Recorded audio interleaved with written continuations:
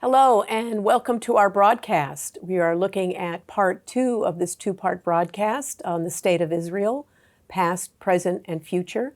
My name is Michelle Herczog. I'm the History Social Science Coordinator for the Los Angeles County Office of Education.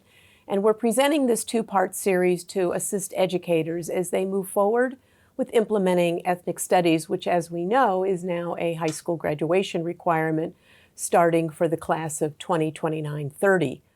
Part 1 broadcast focused on ancient history of the Jewish people and the state of Israel with our presenter, Dan Gold. And Dan is going to pick it up here in Part 2, starting in 1967 and taking us through the many complex aspects, issues, and concerns that have evolved, continue to evolve in the state of Israel from that time forward. So I'm very honored and very thrilled to have you back with us again, Dan. Dan earned his bachelor's degree with honors from Tufts University, and he has a master's degree in Middle Eastern Studies from Ben Gurion University in Beersheba, Israel.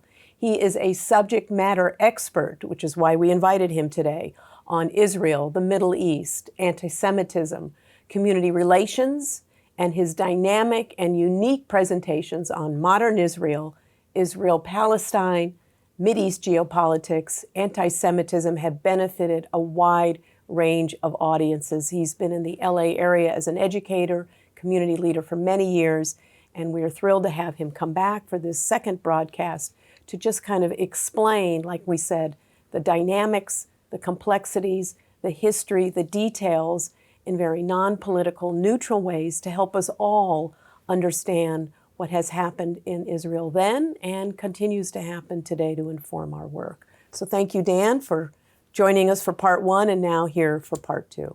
Thank you, Michelle, and thank you, of course, to the entire Los Angeles County Office of Education for hosting me and for allowing me to share some of these narratives and share this important lessons that our educators here in California can use in their classrooms. We know it's real easy to come up with your own personal narrative based on the media, social, formal media, and so helping us untangle that and understand really what's going on and has gone. It's a big help to all of us, so thank you.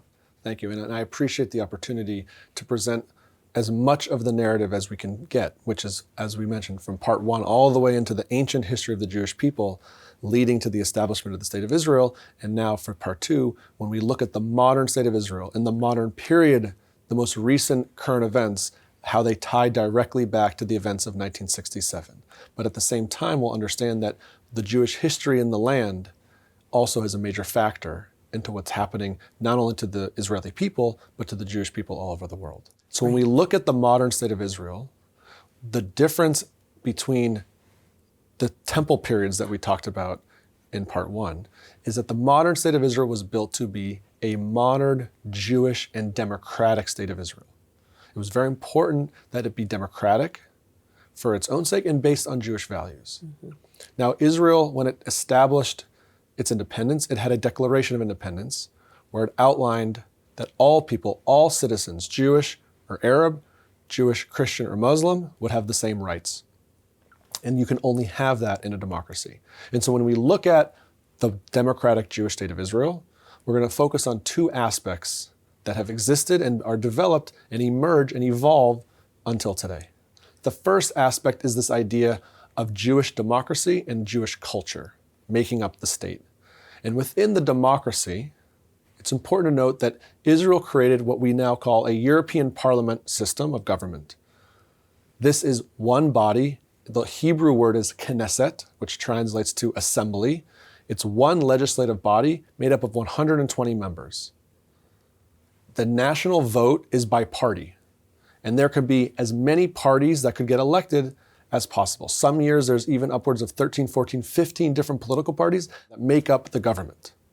And the government forms a ruling government by forming coalitions among these political parties. And so when an Israeli goes to the polls and they go to vote in their national election, and what you see here in this first image is the makeup of the Jewish Knesset, of the Israeli Knesset, I should say, you have a very Jewish thematic view. Actually, the shape of the chairs make up the Jewish symbolize the Jewish candelabra, the Hanukkah or the menorah that was in the old temple. And you have the wall behind where the speakers are resembling the Western Wall. Of course, the Jewish people's most holy site in the city of Jerusalem. So you have the physical building resembling Jewish history, the Jewish rule and the Jewish nation with headquarters, with their capital in the city of Jerusalem. And then you have the modern democracy that makes it up with elections, with political parties, and with this European style of parliament. So in the first portion, you talked a lot about the persecution of Jews from ancient times. We're talking centuries back. So now we're at a place where Israel has this independent nation, this place to establish as their own, hopefully as a safe haven for Jews from around the world, even though we know there are many different groups living there as well. That's correct. And that's why it was important, even in the Declaration of Independence, where the Jewish leaders then became the Israeli leaders, looked to create a society that was both democratic and gave full rights to all of its citizens. When an Israeli goes to the polls in a national election, they have a single vote that they cast, and they vote for the party they feel represents their ideas, their way of living, their policies that they want to see. It's not based on a region. It has nothing to do, like in America, about any type of representation, but it's about political party and ideology. So we're not voting for individual candidates. Correct. You're voting for the party that you feel best represents Correct. your ideology. And any political party that in Israel would want to enter the fray, it could be of any type, it could be of any background, it could include any citizens. A political party establishes itself. It creates a list of its members. Usually the list is between 1 and 100, maybe even 1 and 120. In some cases, it could be smaller, with the anticipation that if they were to be elected, the percentage of the popular vote that they get relative to the 120 seats determines how many members from their list get in as part of this body. And that's the way it was originally set up in the government and still exists that way today? That is correct. Okay. And the person who's the leader of the party, because there's a single leader through the political party's primary system, is the same word we use to describe our process, the primaries, not only helps establish this list of the order, but that the person who becomes number 1 on the list is now the leader of the party and the de facto spokesperson for this party. So I know you'll get into this later, but citizenship, what qualifies as a citizen who can vote? A citizen of the state of Israel is any person who was a resident at the establishment of the state of Israel. So anybody that was inside Israel proper after 1949 was given citizenship. And then there's a process called the Law of Return, which allows Jewish people to immigrate to the land of Israel, and other processes for immigration, which, as you mentioned, we'll talk about a little bit later. Okay. When an Israeli citizen goes to vote, and all citizens of all backgrounds, of all religions, Arabs, Israelis. Arabs, Jews, Muslims, Christians, Druze, any citizens of Israel vote, 18 and older, of course. They go to the poll and they take one of these tickets and they drop it in the bucket. And that's a vote for the party that they would want to see in the Knesset, representing what they think is important for the state. Okay. And this is the one national election. There are other local municipal elections, city councils, even regional councils, which is for us like a county. And they often, those more local governments focus much more on local issues, whereas the national election is for this Knesset, the national parliament, that focuses not only on making laws, but on evolving as a country. How often do people vote for their parties in this way? Are there like term limits? Or? Yeah. So an Israeli election is scheduled to happen every 4 years. However, the nature of a parliament system often results in elections being called earlier than those 4 years because they're built on coalitions that can be predicated on cooperation between different political parties.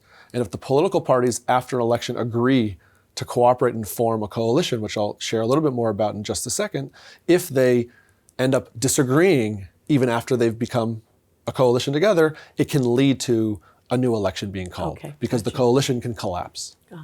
Now, there is a president of Israel, and the president of Israel is actually elected by this 120 body legislative parliament, the Knesset.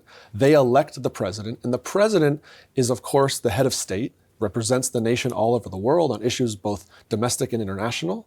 But the president actually has one formal legal obligation as president.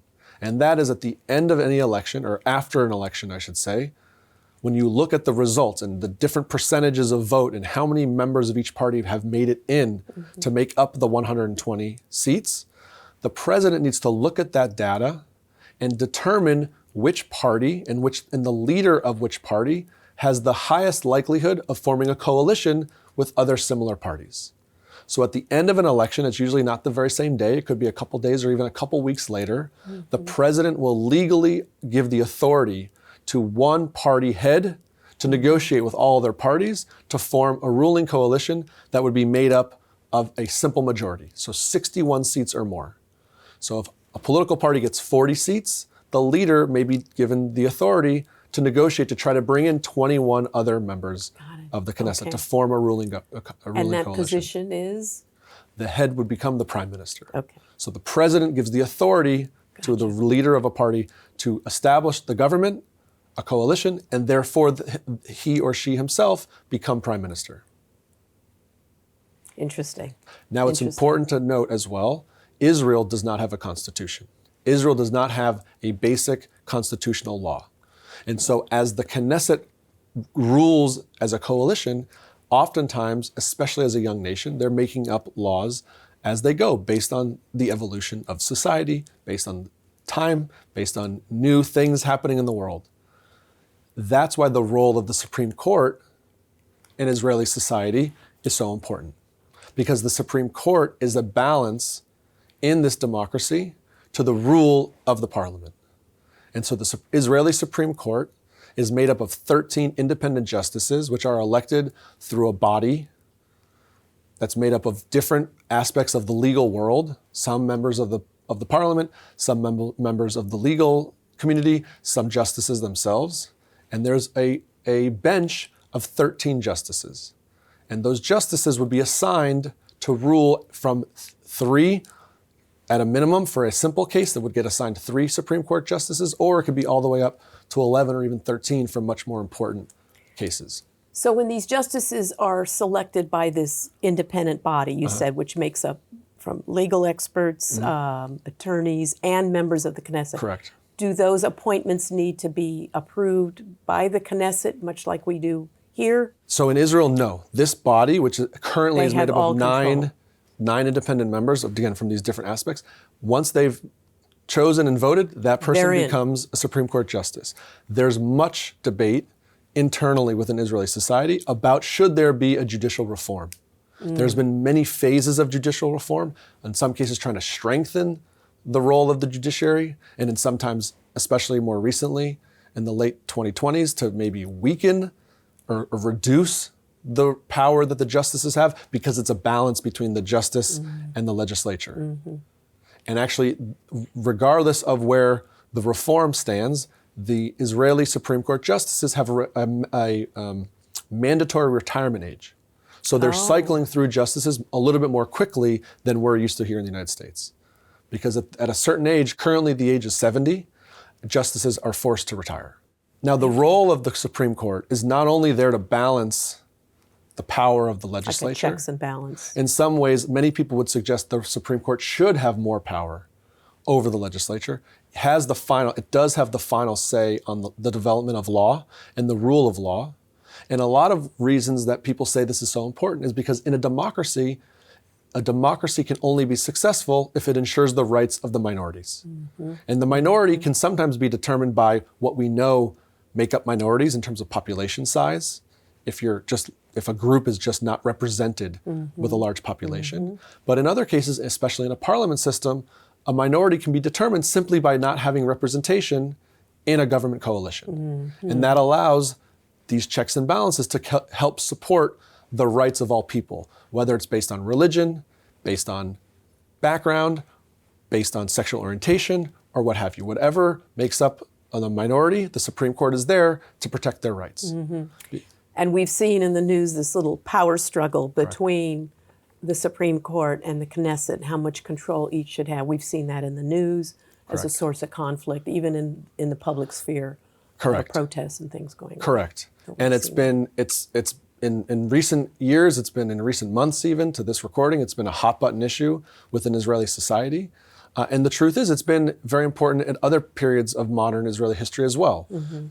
Who's in charge of the government and where the pendulum swings in terms of legislative rule and legislative power typically has an equal and opposite impact over how society feels about the role of the courts. This is sounding familiar. Exactly. Yeah, exactly. Familiar, but also quite different. Yes. And what makes it a little bit different is that, yes, Israel is a Jewish democratic state, and yes, it has non-Jewish citizens that make up 20% of the population. 20% of Israeli citizens are not Jewish, mainly Arab Muslims or Arab Christians. And there's all sorts of other different backgrounds that maybe wouldn't be represented in the government. It's important to remind everybody that the Israeli Declaration of Independence and the set of basic laws that have been passed give freedom of speech, freedom of press, freedom of assembly, and full equal rights to all of its citizens, regardless of background. So is it unusual to see members of the Muslim Arab community sitting in Knesset? There have always been Arab Israeli citizens who have been part of the Knesset. There are Arab Israeli parties, political parties that enter the voting fray to try to get support.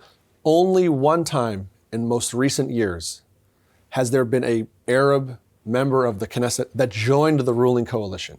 Some of it has been based on the politics of the time and whether or not the ruling government found any of the Arab legislators or the Arab political parties aligned enough to welcome them into a ruling coalition.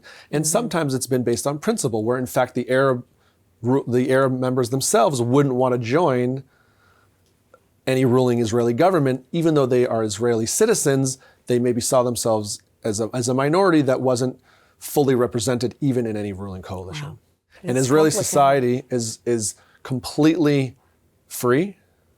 Again, offers equal rights to all of its citizens of any kind of a background, men, women as well. And it has actually two official languages as well, between Hebrew and Arabic. And then you see all throughout Israeli society, not only these two languages, but you also see English and even Russian and other languages to incorporate the diversity of the country. Is there an immigration policy for the state of Israel? Yes. We haven't talked about that. But it's a great segue into the idea of what makes up Israeli culture. As we transition out of this idea of the structure of the government, what is Israeli culture? And Israeli culture first should be understood through the idea that Israel is a nation of immigrants. Yes, there have been Jews living in the land of Israel for 2,000 years, as we discussed in part one, and we talked about that evolution and the ebb and flow of the Jewish people being dispersed and coming back. But even in the periods of the Ottoman Empire and prior, there always had been and always maintained a Jewish presence in the land of Israel. But the bulk of Jewish people that moved to Israel moved after the 1900s, in the 20th and 21st centuries, and they came in waves. And the first and second wave of immigration, and anytime a Jewish person immigrates to Israel, there's this Hebrew term called aliyah, which translates to going up, that is used to explain the idea of Jewish immigration to Israel. It's called aliyah. And so the first and second waves of aliyah, the first took place at the very end of the 19th century, and the second took place at the very beginning of the 20th century. You started to see Jewish people as spiritual Zionism turned into political Zionism, like we discussed in part one. You saw more and more Jewish people trying, if they could figure out a way in, to move to this area that we know as the land of Israel. And they did so often through communes, through communal living, and you saw it help build up the local Jewish population. So very much a nation of immigrants. So like you mentioned in the first, there's a sense in Jewish culture to return to the homeland. We hear that, we've heard that since 2,000 years. So no matter where Jews are in the world, there's still that sense or pull to return to the homeland, which is considered now the formal state of Israel. Yes, there's been this pull, there's been this desire, and there's been this idea, but there's also the timeline throughout all of history that shows the Jewish people this is nothing new. The idea of Jews living in the land of Israel wasn't created by the Zionist Congress. It wasn't created by the British Empire or after the Holocaust. These events led to it becoming possible, but the idea and the desire of it has existed for generations, if not centuries. And so you saw the first and second, what we call wave of Aliyah, happen actually prior not only to the Second World War, but even prior to the First World War. But then after post-World War II, of course, you saw another large amount of Jewish people, most of them survivors in some way of the Holocaust, moved to the State of Israel. And then after the creation of the state, 1948 and later, you saw even more Jewish people, and this time especially from Arab nations, from the areas that are more local, more close by, where you saw local Jewish populations that maybe weren't victims of the Holocaust, but were living as second-class citizens, or were living in a nation that they didn't have equal rights, and they started moving as well. You had many other waves of immigration. When the Soviet Union collapsed, you had many people who had to give up their religion. And many Jewish people, of course, have origins in Eastern Europe. And you saw almost 2 million people immigrate from what was now the former Soviet Union into Israel. You even have Ethiopian Jews that were discovered by the West, although of course for themselves they had been living autonomously in their own areas of Ethiopia for hundreds of years, that are seen as almost the lost tribes that were found, and even they were able to immigrate and make Aliyah to Israel as well. And so you have all these factors and all these Jewish people from all over the world coming into the melting pot that is Israel. Talk about this. The Jewish people, culturally, are actually divided into two different backgrounds, we'll call them. You have what are known as Ashkenazi Jews. Now, these are Jews where their family origin goes back to Europe and Eastern Europe, or even it may be known as the Ashkenaz. And then you have what are known as Sephardic Jews. There's another word that's often used called Mizrahi Jews. Sephardic actually means Jews from Spain, whereas Mizrahi translates to Eastern Jews. And so on this map, you can see that the Jews from the Ashkenazi Jews were coming from the north and the west, Europe and Eastern Europe, and even different parts of Western Europe, prior to the World Wars, and of course, as a result of the World Wars. And then specifically as a result of the establishment of the State of Israel, you have Jews from the East, or from Spain, quote unquote, coming and immigrating as well. And these two types of Jews are exactly the same in religion, they're exactly the same in practice, but they have much different forms of Jewish expression, they have much different traditions, and they even have differences in the normal aspects of a society's culture, like music, food, and the like. So just to pause there, I know in the first segment you talked about how did they end up in Eastern Europe and Spain and all of that, and that was a result of the diaspora. Exactly. Which was what year was that again? So the diaspora period, as we discussed in part one, began after the fall of the Second Temple, the destruction of Jerusalem by the Romans in 70 CE, right? And from that point on, the Jewish people are dispersed, but they're becoming more and more and more dispersed over time. So initial disbursements led to secondary disbursements, right? The Spanish Inquisition dispersed communities of Jews that were living into the Spanish Empire and what we would now say are parts of Spain and Portugal and even other parts of Europe, and that's how they end up in North Africa. You had Jews that were dispersed originally to the south that would go, I'll go back to the image, to the south from Israel through Egypt and through North Africa as well. And all of this time, the Jewish people are integrating both culturally and certainly within some type of assimilation, where the two Ashkenazi Sephardic aspects of being Jewish certainly can be looked at as a type of an ethnicity. But because the origin will always go back to being singularly Jewish, the Jewish people are also seen as an ethnicity, as a people, and as a religion. Yeah, so almost as two different sects of the same peoplehood. Exactly. Is what we're saying. Exactly. I know even Jews here in America will hail, well, my family's Sephardic or my family's Ashkenazi, but still consider all of them together Jewish. Right. And part of the Jewish people have been known historically as people of the book, or even biblically, in terms of how they integrated with other people of other religions. There's been this phrase, the Jewish people are people of the book, right? We talked about the Talmud being written and all this. And there's a funny way to describe the Jewish people who have strong opinions to say 2 Jews, 3 opinions. And this is a cultural joke that Jewish people talk about themselves as having many opinions, and it comes from this idea of the fact that the Jewish tradition was actually written down in the Talmud that we, again, discussed in part one, and how there's always a debate about how Jewish people should live. So even though there's a unity among the most basic ideas of being Jewish, there's a debate about how that tradition should be continued. And so even in the state of Israel, what you have are two chief rabbis. You have a Sephardic chief rabbi and you have an Ashkenazi chief rabbi. And they work together to help make rulings. Sometimes they give rulings separately if it's relevant only to Ashkenazi or to Sephardic populations. And so even within the religious makeup of Israel, you have this divide between Ashkenazi and Sephardic. And then even here you'll hear of Orthodox Jews, conservative Jews, Reform, right? Correct. And that's a separate. Correct. That's a separate. The idea of how does a Jewish person observe either Jewish law or Jewish ritual? That's a whole other aspect to Judaism in terms of how religious one might be, how much somebody might actually believe the word of God versus the interpretation, or versus whether or not they just think some of these stories are more guidance for the Jewish people, not necessarily strict rules on how to live. And that it's more about somebody's religiosity or how religious they are. So I don't mean to take you off track, but talk about secular Jews versus observant Jews in Israel. So again, Israeli society is somewhat divided. Culturally, it is referred to as people that are either religious or secular. It's presented as somewhat binary, although if you go to the different communities, you of course find there's much more nuance. Variation. Whereas in more parts of Western society, especially in the United States, the Jewish community are much more on a spectrum of religious observance. And each part of the spectrum has its own community built around it, like you mentioned, from Reform Jews to conservative Jews, Orthodox Jews, or even ultra-Orthodox Jews. And there's many other terms and there are many other divisions and sects within how the Jewish people want to observe the religion.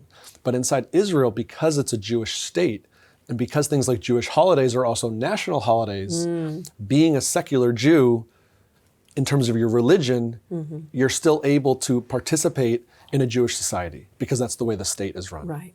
And that's again whether you're Ashkenazi or Sephardic.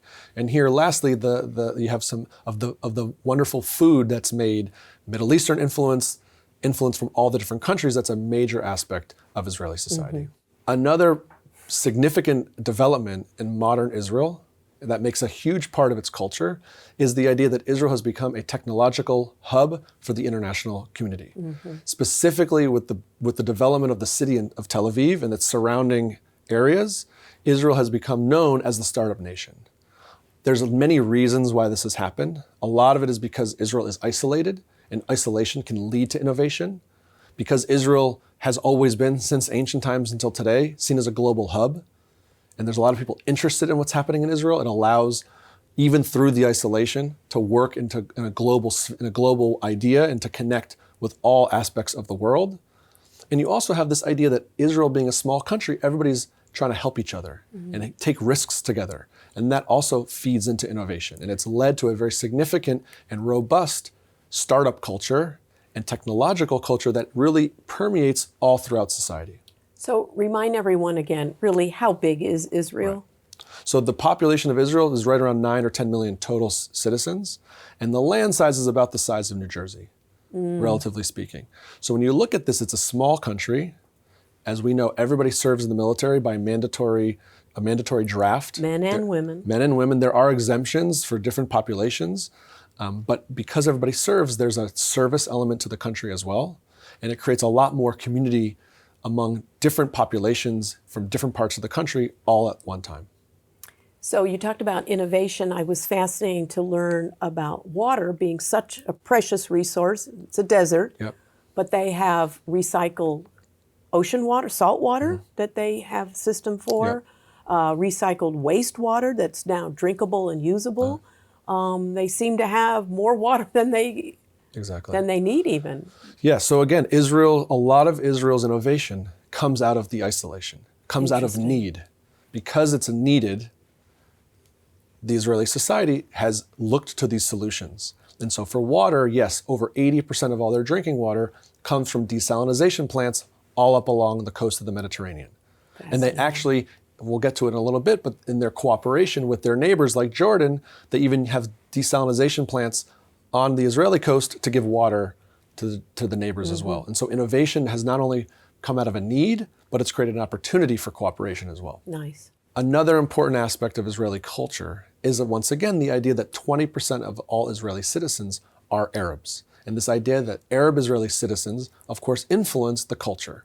You have different types of Arabs as well. You have different religions, whether they're Muslim or they're Christian, and you have different tribes, whether they're Bedouin or otherwise. And it impacts the identity and the evolution of what the Israeli nation looks like when you have a minority that isn't Jewish, living in a Jewish democratic state. And as time has gone on, these local Arab populations have even identified not only in some parts, in some aspects with living in a Jewish nation, but even the movement that's now become known as the Palestinian National Movement. And then you have even smaller populations that are less known, but are really impactful into how Israel operates as a diverse nation, such as the Druze is a perfect example. And this is a small population that lives in the north of Israel. And the Druze have their tribe has families that live in parts of Israel, parts of Syria, even parts of Lebanon. And they are very, very devoted, and they have a lot of loyalty to the Jewish nation. They have loyalty to wherever they live. And so even the Druze culture in certain aspects of Israeli society have a major impact as well. Can they vote as citizens of Israel? Any Israeli citizen, they have a passport, which everybody does that lives inside Israel proper, can vote. You have an Israeli passport, you can vote. Correct. Not just Jewish, Arab, Muslim. Correct. Okay. And anybody that was living within those borders after the War of Independence has a passport.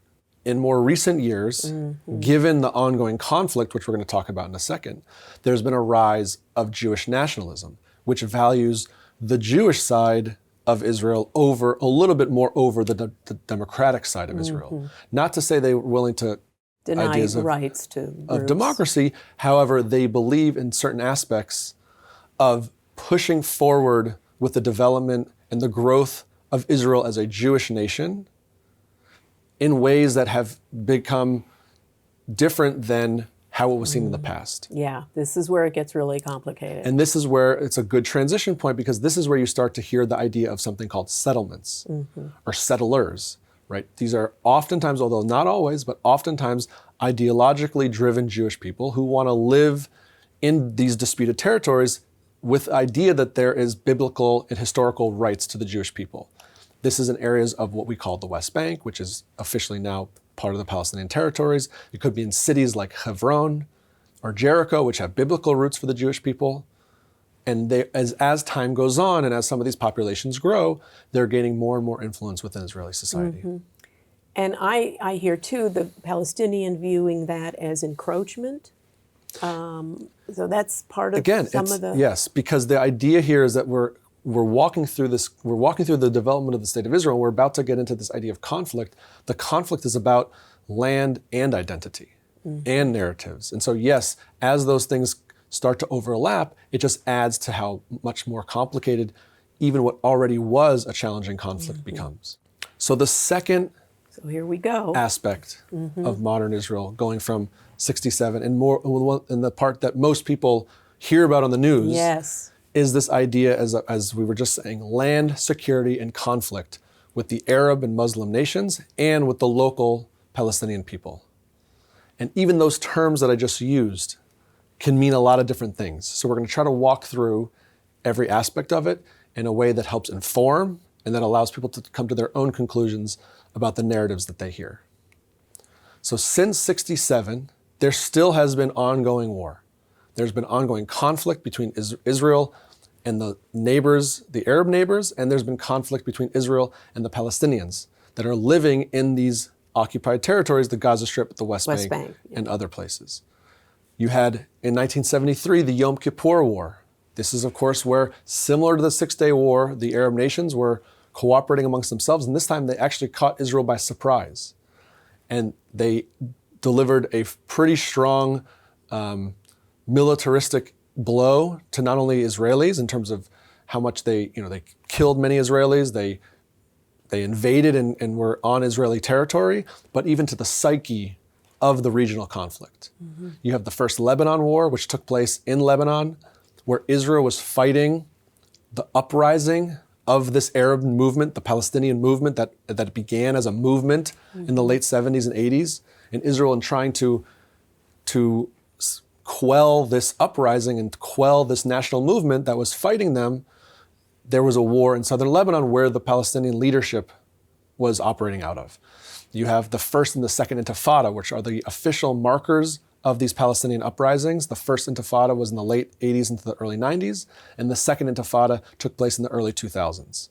You also have in 2006, the Second Lebanon War, in which case you saw some of the established militant groups, what the United States would determine terrorist groups, who had established themselves both in Lebanon and in the Gaza Strip, which we'll talk about in a moment, initiated a coordinated attack, and it led to a massive all-out war between Israel and Lebanon and the Gaza Strip. And then you have, from there, a continuation of what I'll call the war with Hamas, which is taking place from about that time of 2005 all the way until today. And of course, there are many factors that went into everything that we're going to try to walk through as best we can. So the first and second intifada, what is the rationale? Why are they attacking? What is it they want?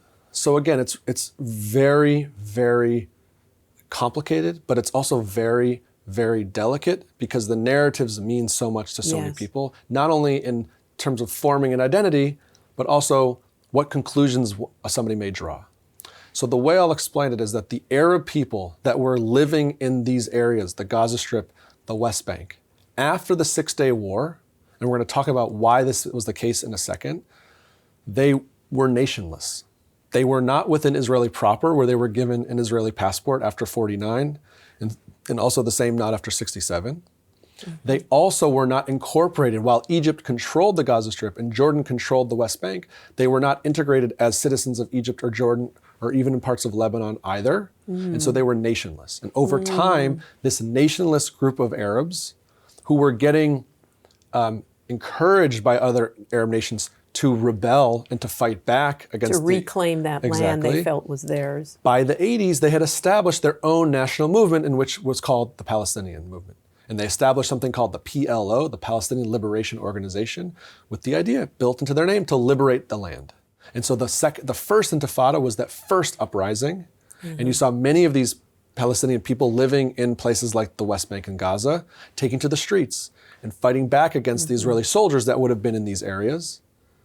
And in the first intifada, it's known as a little bit more, I wouldn't want to say it was certainly not peaceful. It was definitely not peaceful. There was riots and there was killing and there was murder. There was even lynchings of Jewish people, and there was fighting back of the Israeli army, of the Palestinian people. But it was a little bit more tame compared to the second intifada, which is when you started to see suicide bombings within Israeli towns, cities, and population centers. And here on this slide, you have a map to show the bigger region, because now we're entering in a real intense period of conflict, and how the region starts to have a metamorphosis even as a conflict deepens. And you can see just how small Israel is relative to the Middle East and North Africa, and even what I would call Western Asia or other parts of the Middle East, like Iran and Turkey and places like that. And also as a relative point, just to remember back about this idea of immigration and Israel being in conflict, the map on the bottom shows once again that there were Jewish people living in other parts of the Middle East under what I'll call very generally Arab rule, that after the establishment of the State of Israel, actually were forced to leave. Now, Israel was around to be a refuge to them, but it created even more tension because you have what we now know are Sephardic, mainly Sephardic or Mizrahi Jews, coming from places like Iraq or Yemen, or even Algeria and Egypt, where they have animosity between what was then their local leadership and them as the Jewish people. And that only helped, unfortunately, add even more complexity and fuel to these conflicts. And when you zoom into these maps, you see even closer Israel and these different territories and just how close and how really inflamed conflict can be. When you see the proximity between whether it's the Gaza Strip, the West Bank, the Golan Heights, or even aspects of conflict with Lebanon. Now, from conflict, there's some good news. There's some hope, which is to report that from 73, right, we went from 67 to 73 in terms of when these wars started to commence once again. You do see Israel able to make peace and come to agreements with its neighbors. And it's very important to note that, because a lot of times what can be lost in these conflicts or lost in the tension of these dueling narratives is these accusations that nobody wants peace.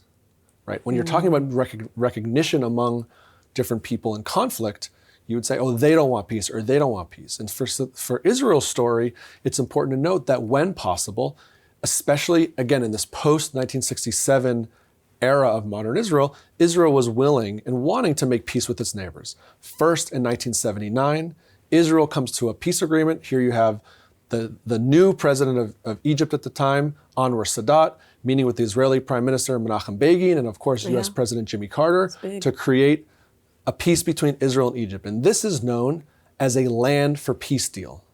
This is when Israel actually gave back to Egypt the Sinai Peninsula in exchange for peace, for full recognition and full cooperation. So this whole area in red Correct. was under control of the State of Israel. Correct. And that agreement released it back Correct. to Egypt. That's a big piece Correct. of land. Correct. And when Israel was occupying it, if you want to use this word, there was always a sense that it would maybe one day go back to Egypt. It was utilized. Now, Israelis run businesses in the Sinai Peninsula. They ran, but there was very, very few. There were some, but very few Israeli towns that were built in the Sinai Peninsula. There were some, but few. All right. What's also notable is that in this peace deal of 1979, Egypt did not want back the Gaza Strip. The Gaza Strip was to remain under Israeli occupation. Oh, interesting. Because there was almost 2 million people, part of this new rising Palestinian national movement that was living there, and that the Egyptian people and the Egyptian government didn't want necessarily to be part of their society. And it was also from the narrative was to say, well, because they're still fighting for their liberation. So to become Egyptian would be to give up on that liberation. Following that peace agreement, you actually have what are known as the Oslo Accords, a series of legal agreements that were led by the international community, of course, President Bill Clinton, between the Israeli leadership, here you have Yitzhak Rabin, and the Palestinian leadership, here's Yasser Arafat, are agreeing on a series of legal steps and legal commitments to establish what was then became the term a two-state solution. Yeah. This idea that Israel would be established in the pre-67 borders, as it was called, and Palestine would be established in the Gaza Strip, the West Bank, with some shared responsibility of Jerusalem. We'll talk a little bit more about that. Good. And at almost the same time, because of this recognition between Israel and the Palestinians, Jordan is willing to negotiate, and Jordan makes peace with Israel in 1994. And this peace agreement is known as a recognition and resources. No land was exchanged, right? The West Bank stayed as part of this occupied territory that was also partially known as the Palestinian territories, was not going to be recontrolled by Jordan, but Jordan was giving recognition to Israel, and Israel was going to work together with Jordan on giving them resources, like we said, water and other things. Interesting. And then most recently, in 2020, you have the Abrahamic Accords, which were 4 Arab nations, actually all throughout the Middle East and North Africa. You have Morocco, Sudan, the United Arab Emirates, and Bahrain, all agreeing at the White House, under the U.S. leadership. You have signing an agreement of recognition and cooperation with Israel. And this cooperation was almost purely based on economics. It's a lot to take in, but it's nice to know there have been efforts to bring peace to this region and having people come together. And so when we look at now what almost remains to be a singular conflict with Israel and the Palestinian people, Yes. with all these agreements that are happening, not everywhere, but in many places, you start to look at, well, what are the things that are holding up the establishment of a Palestinian state next to an Israeli Jewish state for this two-state solution? And ultimately, the negotiations are over about 5 different things. First is the borders, right? A simple thing to think about, where will the borders be? We talked about 67, we talked about the Gaza Strip. There's a lot of What to do with Jerusalem. Exactly, and we talked about how Israel has been building towns, what are known as settlements, in parts of the West Bank, and how that could maybe complicate the ability for a Palestinian state to be established there. All right. You also have, very importantly, the status of the city of Jerusalem.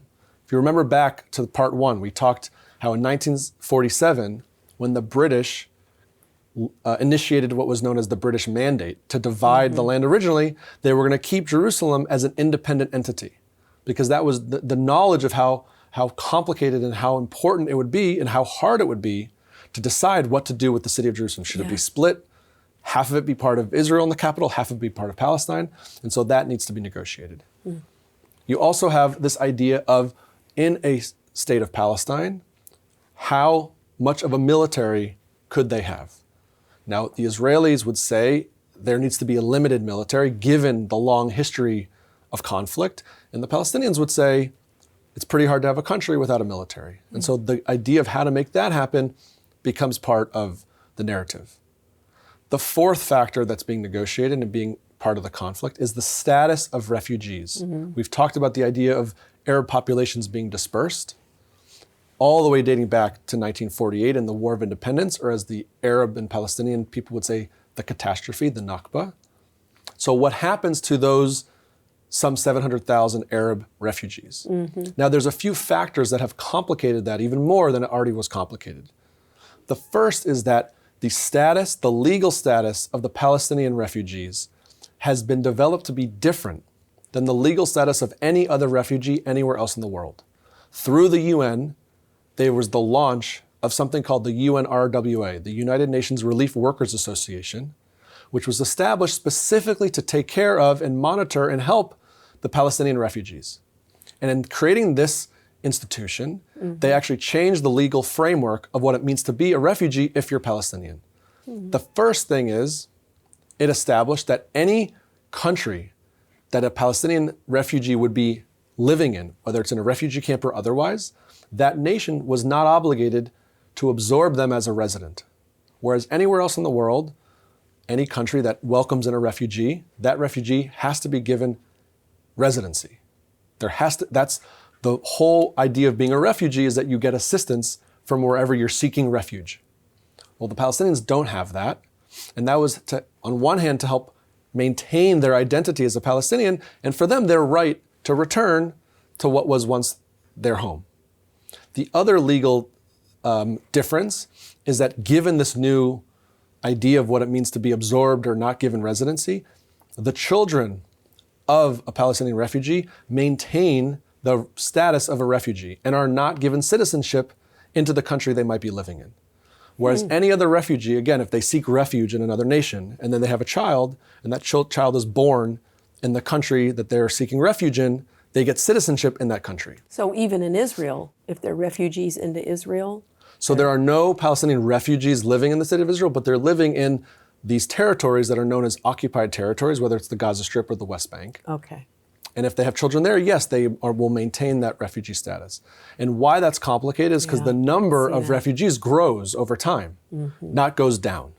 In most other conflicts, when you have refugees, over time, the number of people that have the legal status of being a refugee actually gets smaller. Well, in this case, with the Palestinian people, it's growing. And that creates more and more challenges. And the state of Israel does not want to welcome them in as Israeli citizens? Is that what I'm There would be hearing? no way of doing so, given the legal framework. And yes, again, because this is part of the negotiation, the state of Israel is negotiating all the parameters in order to establish a two-state solution. Okay, so this is sounding familiar. We've had that same kind of debate here in the United States, Yes. right, with refugees. We're yes. seeing all this huge influx coming in from Mexico, Central America, South America, and what to do. Yeah, So it sounds like a similar kind of... Anytime there's a refugee crisis of any kind, or a refugee issue, it's always complicated, and more so given the changes with the Palestinians and with Israel. Wow. Now, given all of what I just said, the fifth reason and the fifth thing that they're still being negotiated between the Israelis and the Palestinians is probably actually the most important, and that's the idea of mutual recognition. That's the idea of the two people fully acknowledging that the other side should have a state. Now, many people throughout history could point to points when Israel did so, whether it was Oslo, whether it was under Prime Minister Ehud Barak, with also President Clinton at the end of Clinton's tenure. And the Palestinians will have their own ideas of saying when they also showed the Israeli people they would recognize them as a state. But because that recognition didn't happen simultaneously, at the right time, there has not been the establishment of the two-state solution. So we're hearing a lot of narrative around that. Who is claiming the right for homeland in that area, and not other groups not wanting to give up that condition for themselves. Right. Now, as conflict has continued, you can imagine more and more factors come out and start to attribute and to add to the conflict. Yes. The rise of Islamic fundamentalism around the world did not leave Israel and Palestine out of it. Yeah. This is a major factor. And whether it's from Iran's nuclear ambitions and the growth of a terror organization in southern Lebanon called Hezbollah, which is a branch of the Iranians, or through the Islamic movement reaching the Palestinian national movement through organizations like Hamas. Hamas is the Muslim Brotherhood of the Palestinian people. And then you have other groups operating on behalf of the Palestinian people that the US and Europe would determine and have determined are terror organizations such as the Islamic Jihad, the Popular Front for the Liberation of Palestine, and other groups. And the emergence of these Islamic fundamentalist terror groups has, of course, made it even more challenging to see peace. And it's added to this idea of regional strife, not only within Israel and Palestine, but all over the Middle East. You have ongoing conflict between Sunni and Shia Muslims, which is a whole other topic. Yes, it's another broadcast. But in Iraq and in Lebanon and Yemen, this is what's unfolding. And then in Syria, it's that, but even more conflict. It's almost a civil and a regional war taking place where you have Russia and you have the Kurds and you have the Turkish and of course the Americans also weighing in. And then simultaneously to the rise of this, of ongoing conflict and more war, you have many Sunni Arab nations are starting to think about modernization. And it's a litmus test of saying, as the world modernizes, and our region, they're saying, becomes more and more strife with conflict, if we want to be a player in the global economy and the global idea of people living, full globalization, there should be modernization. And that's partly why you saw countries like Bahrain and United Arab Emirates reaching out and working with Israel, why you hear about countries like Saudi Arabia and Kuwait thinking about normalizing relations with Israel, and we can expect it would be coming in the next couple of years. And you're right, we're seeing these terrorist sects emerging out of different communities and cultures that are just getting a lot of attention because of the horrific acts that they are perpetrating. Not to represent the entire culture or society, these are smaller sects of those groups. So I think sometimes we run into the problem of overgeneralizing. Absolutely. Which is a big problem too, that we as educators need to help our students understand. It's not all Muslims, it's not all Jews, it's not all, these are individual sects that tragically are committing horrific acts. And the worst part is we're seeing civilians being victims over and over again. And in the last 15 to 20 years, the most relevant factor to all of this on the ground for Israel-Palestine has really been the emergence of Hamas. Now, there are many factors, and I'm sure many other people sitting in this chair would maybe point to different factors. But the emergence of Hamas, the Palestinian Muslim Brotherhood, what is determined to be a terror organization from the United States and Europe, changed the facts on the ground, because in 2005, the Israeli leadership withdrew all of its occupying force, all the army, all civilians, from the Gaza Strip, and said, we need to take steps towards normalization. We need to figure out a way. It's not benefiting us as an Israeli Jewish democratic state to be in Gaza. We don't envision it being part of the Jewish state of Israel anytime soon. So it's better to withdraw and try to let the Palestinians start the building of their state. The Palestinian Authority, which is the internationally recognized leadership of the Palestinian people, almost the de facto government, was intended to take over the Gaza Strip, and they did temporarily. But even the Palestinian Authority was overthrown by a violent mutiny at the hands of Hamas. And so since 2007, Hamas has ruled the entirety of the Gaza Strip under and in cooperation with the Iranian revolution, while not aligned completely with Hamas's movement, in partnership and in support of. Because when Hamas was created and launched in the 1980s, their charter said two simple things: that they exist to kill Jews anywhere they can around the world and to wipe Israel off the map. And the Iranians agree with that and have helped them. And so when Hamas takes over in the Gaza Strip, that's exactly what they do. And they start to inflict terror and violence on Israel. And so not only is there now more death and more destruction, we talked about before they were even fully controlling the Gaza Strip, they were the main perpetrators of the Second Intifada, where they blew up buses, where they shot up cafes, where they went into universities and killed students. You then also had rocket and other types of attacks coming consistently from the Gaza Strip from the moment they took over, and all the way to the time of this recording, leading one of the most horrific terror attacks against Israeli civilians in the history of Israel's existence in late 2023. Is there also presence of Hamas in the West Bank too? There's presence of people who you could say sympathize and maybe are part of the movement, but they do not have control over the West Bank. And that's why I'm bringing it up, because it's important to understand not only that Hamas exists as a movement in the hearts and the minds of some, small amount, but some Palestinian people, but that the facts on the ground have changed as they control the Gaza Strip. And that has put a much more challenging reality on the Israelis and the Palestinians who are under Hamas's rule in the Gaza Strip from having any chance to fulfill any type of peace agreement. And it's important I note these times that Hamas has launched these vicious and these waves of attacks, because each time in history, if you look, it comes right at a moment when Israel and the Palestinians, or Israel and the Arab world, seemed like they were on the precipice of some transformative agreements and some transformative peace. The Second Intifada came right on the heels of the Oslo Accords.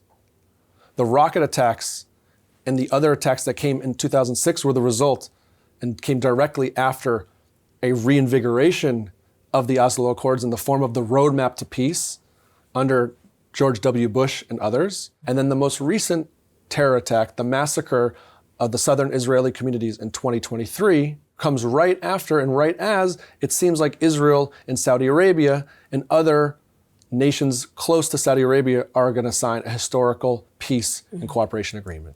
And so it's changing the facts on the ground, and it's a reaction to the potential for these agreements. And this has infiltrated the narratives of who's right, who's wrong, whose fault is it, who acted first, who's more vicious, who's doing more things wrong.